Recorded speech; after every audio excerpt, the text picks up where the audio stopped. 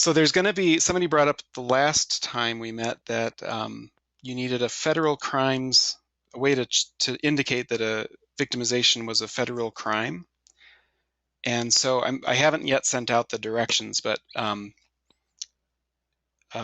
is that something you can show, kind of go through, Derek? I can. Um, And then it'll make more sense when the directions go out. yes, yes. Now, for those that aren't in this call, they're probably going to be asking questions and everything like that because customizations, to put it in a simple way, it's easy, but to put it another way, it's also difficult. So it's something that people can get a grasp of doing, but if you only do it once every 2 years, it's a pretty big thing to do. So, anyways, um, I'm opening up a victimization right now, and you'll notice at the bottom of the victimization details box, there's a checkbox saying federal crime. That is the end result of what we're looking to do. So I've sent over some instructions for David to review, make sure I'm actually speaking English in them, and then we're going to send them out so that everyone can apply those changes. For those of you that have the system and you have not done a single bit of customizations, there's a simple approach where you can actually import this entire look and feel, so it's almost like you started with the default look of the software.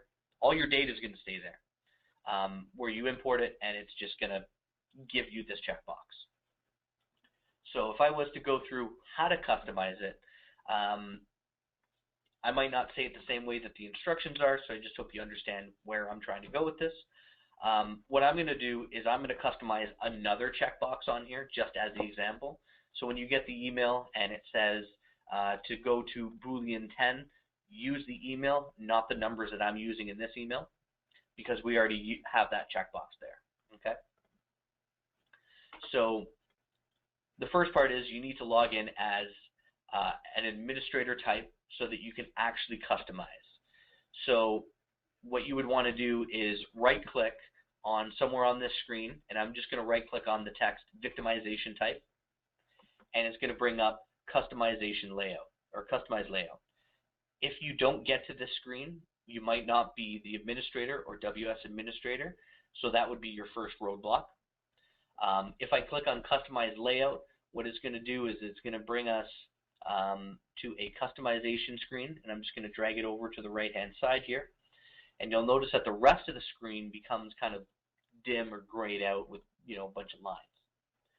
So what we're looking to do is go into this customization screen here and click the add button, meaning we want to add a new field, and let's actually click it. There we go. And it's going to bring up another screen that we call object model. And object means the victimization, all the details that you can possibly use within it. Now we've set up the software, so some of these fields are used, some of them aren't. But basically it says to go to additional fields and click the expand button. So you'll see that it does the down arrow, and then now it shows more information. In the email, it's going to ask you to select additional Boolean 10. Boolean means checkbox, just to put it a simple way. I'm going to select Boolean 11 just for this training session. So it says to highlight it and click the add button. Once you click the add button, that screen goes away and you're brought back to the customization screen. Additional Boolean 11 will be at the bottom of the list. And what you need to do is you need to click and hold your mouse down, and then you can drag it onto the screen where you like it. So you'll notice, hopefully the screen is refreshing fast enough, you can see a black line basically saying, I'm going to drop it right there. Okay. So the idea would be to go just below abuser relationship and then let go. So now you have a checkbox on the screen. Excuse me, I'm losing my voice a little bit. But it doesn't say what you want it to say. So in the instructions, it says now to right click on it and show text. Okay, it sounds a little weird, but just go ahead. It's now going to duplicate the name, and that's just so that we can now right-click it again and say rename. So when I say rename, it's going to highlight all the text, and I'm just going to call it testing. I'm not going to put a semicolon at the end of it because it'll look better in the long run. And what you can do is you can click somewhere off the screen or hit the enter button to commit that change. Then the next instruction is to right click it again. So we've done 3 right clicks on this, and say hide text. That then puts it into a nice looking checkbox. And after that, we just need to exit the customization, and I'm just dragging it just because. Click the X, and now you're back to the screen where you can actually do data entry. Okay, so that would be how to customize it. There's one extra part as I just thought about it, and it is in the instructions, but when you are satisfied with how it looks, you would close out of the screen. Save or don't save, that depends on what you were doing at the time. It says to close down all of your tabs. It's just a safer thing to do. I don't need to close down this one.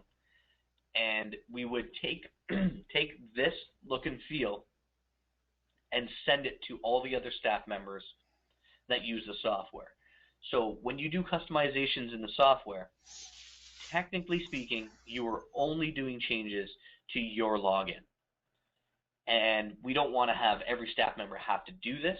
So there's a function that basically says distribute model file, meaning take my look and feel, or the change that we just did, and send that to the selected staff members. So what we do is we go to the tools area,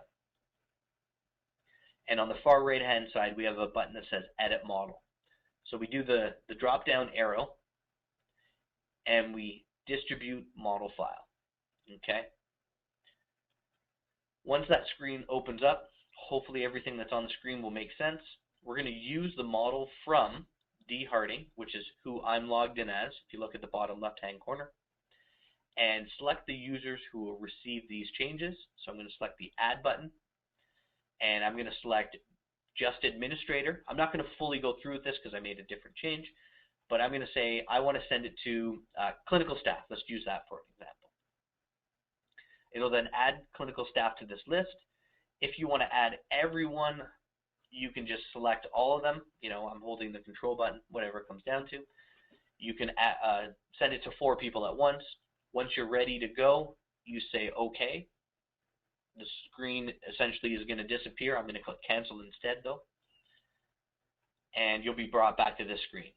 At that point, your staff member can log out of the software and then log back in, go to the victimization screen, and confirm that they have the federal crime drop-down box.